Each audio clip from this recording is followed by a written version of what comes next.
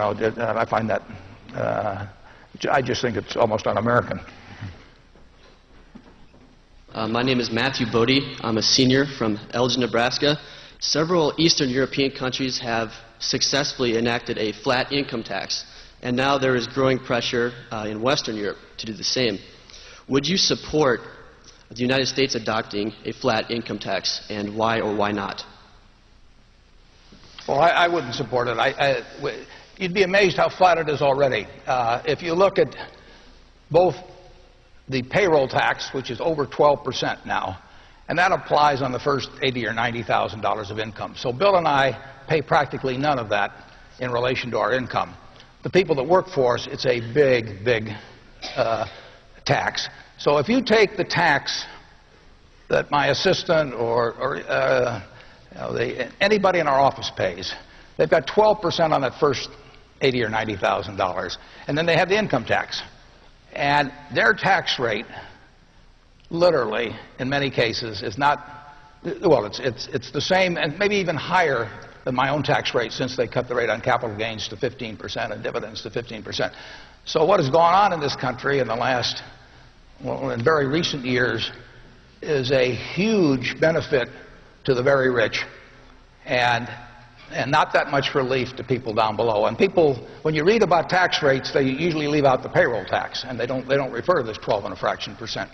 So we have come, in my view, to a taxation system that's much too flat in this country, and frankly, I think that Bill and I should have a higher tax rate on the income we get. We pay a lot of taxes, but it's really at a very low rate, and it's a rate that's less than half the tax rate that I was paying 25 years ago when I was making a lot less money. They have really taken care of the rich. Yeah, I go along with that wholeheartedly. I think we probably need a more progressive system as we look to balance the budget, that at some point I think people recognize that needs to be done. Probably one of the ways that will be done is that the rich should bear a somewhat higher proportion of the burden than they do today. Very large fortunes never go through an income tax. Maybe it's a little ironic, but both Warren and I would say things in several aspects of the tax system should be more progressive. I could spend the rest of my life, and I could have done this 20 years ago, and actually pay no federal income tax, because I could have taken my Berkshire Hathaway stock, borrowed some money against it every year to live on, and when I died, then the estate would pay off the debt on it. But I could have gone through my life, a good bit of my life, without paying any income tax whatsoever. And I frankly think it's very unfair. Hi, my name is Dan Senft. I'm a senior finance major. My question is, the Forbes 400 puts your collective net worth at $91 billion. By comparison, that figure exceeds the combined gross domestic product of the bottom 70 nations in the world.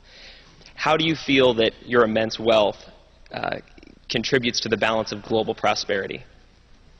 Yeah, well, the wealth, in effect, is a bunch of, the prosperity comes about through the products that Microsoft turns out.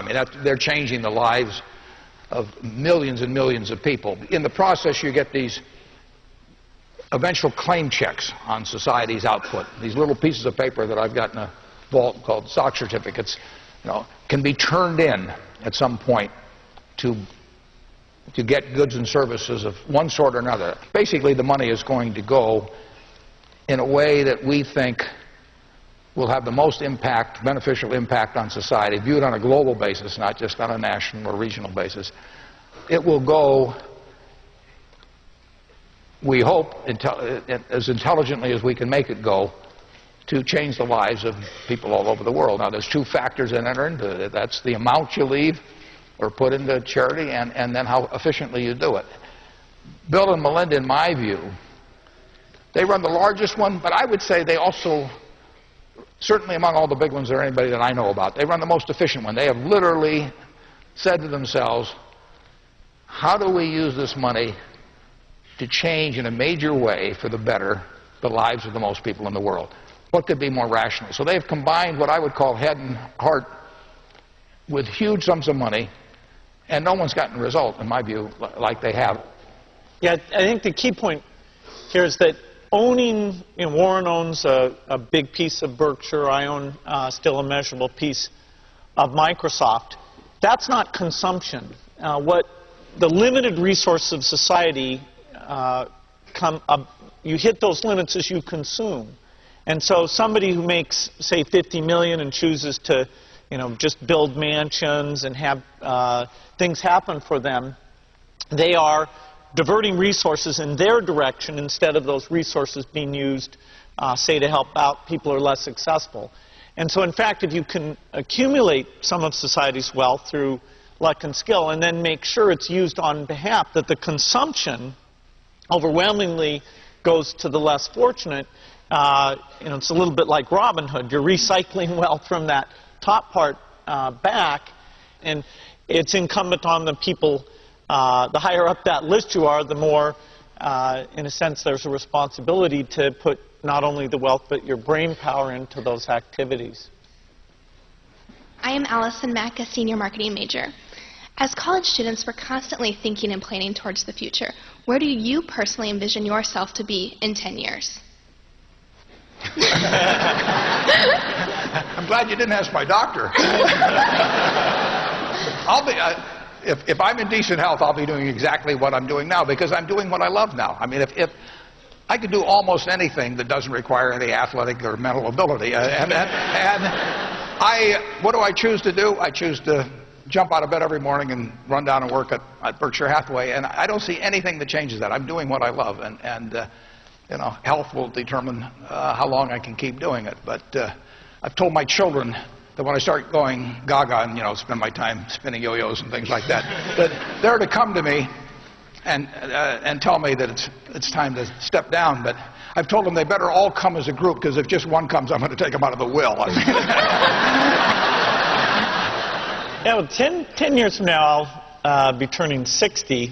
I have to say, every time the age 10 years older than me always seems like that's when I'll be old. When I was 40, I thought 50 would be that mark. And now that I'm very close to that, I think, no, that's not being old. My life's work in terms of creating a company is certainly around Microsoft. Over the next 10 years, my balance between the time I spend on philanthropic things versus my full-time job will switch somewhat in the favor of doing philanthropy, spending more time on that. It does mean I need to get one of the great young people at Microsoft to sort of get on the hot seat of setting the product strategy, which is a great part of my job. I love my job. It's an amazing job. And I'll always be able to have some mix of Microsoft and then a bit more philanthropy. Hello, my name is Paul Turnus. I'm a senior business administration and music major from North Dakota originally. I was wondering, what is your definition of success, and what has been your largest non-business success in life? Well, we played ping pong against a 9-year-old girl in San Francisco. 2 weeks ago, her name's Ariel. Yeah, how many points did you get? She got up. Bill got more points off her than I did. I thought I was pretty good, too. And this little 9-year-old, disgusting. She should have been in bed. She totally cleaned us. No, that was a little humiliating. I'd say in my case, my goal for success outside of work is definitely raising a family. Just getting started with that. And I think there's some unique challenges of when a parent is very visible and has money and things like that. It's not easy in any case to raise kids the right way. But I'd say I hope to be successful at that. So far I haven't caused them any damage. They seem to be doing okay. We get a lot of people that want us to adopt them. I mean, he's working on his children, I'm working on my great-grandchildren, but otherwise we got the same approach. I would say this in terms of success. This will surprise you. But I would say I've never known anybody that got to my age or close to my age that had lots of people that loved them that felt anything other than a success. I mean, you have lived a successful life if, as you get older, the people that you hope love you do. And that includes your family, your business.